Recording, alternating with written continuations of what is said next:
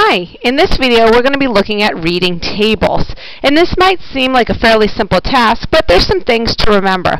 First of all, before I read a table, I need to look at the title and all the labels. So the title is Carver Elementary School Ice Cream Sales, and it says right here flavor.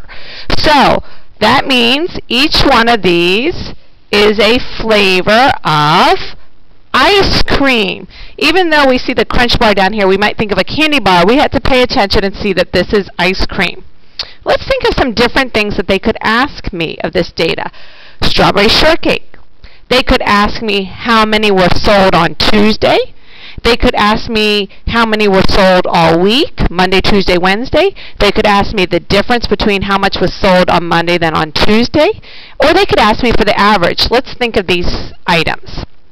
If they asked me for the total of the whole week, I would simply just add the three numbers together.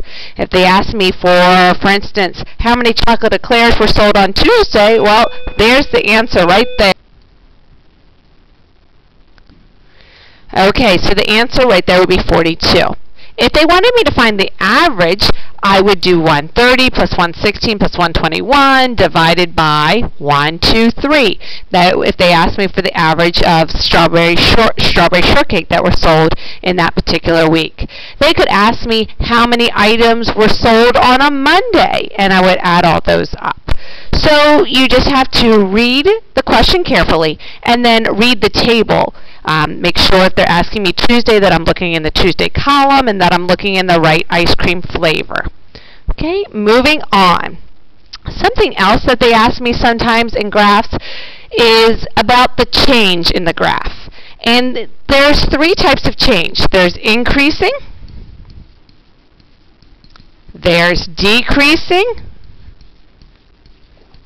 and there's constant. And constant is basically a fancy word for saying staying the same. There is no change. So if we look at the graph, right here, this almost looks flat. So I would almost say constant. But if you notice, it was at 25, and now it's down at 20. So did it rise or fall? It fell, so it's decreasing. So I'm going to put a D there. Okay, then from this day to this day, I went from 20 up to 35, roughly, because we're estimating, because they didn't fill in all the numbers in between, so we kind of have to estimate. They only gave us the tens lines, so that we have to estimate a little bit. So I would put an I, because it's rising, it's increasing. I have a decreasing, increasing, increasing, increasing, increasing. All right, so if they ask me something about decreasing, I could only look here or here. If they ask me increasing, it could be any of these locations. Now, the biggest increase would be for the steepest line. And if you're taking algebra, or soon you will be taking algebra, you'll hear about this, the steepest line.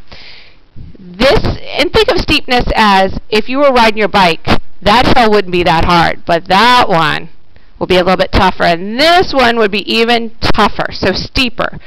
A steeper line means a quicker change. It changed, quickly. Instead of, let's say you get your allowance and it's $2, and then the next day it's $2.25. That's a small change. But let's say it was growing exponentially, and the first day you got $2, the next day you got $8, and the next day you got $32. Those are some big jumps, so that would be a steeper line. I hope that clarifies reading graphs, and I hope you're able to answer the questions.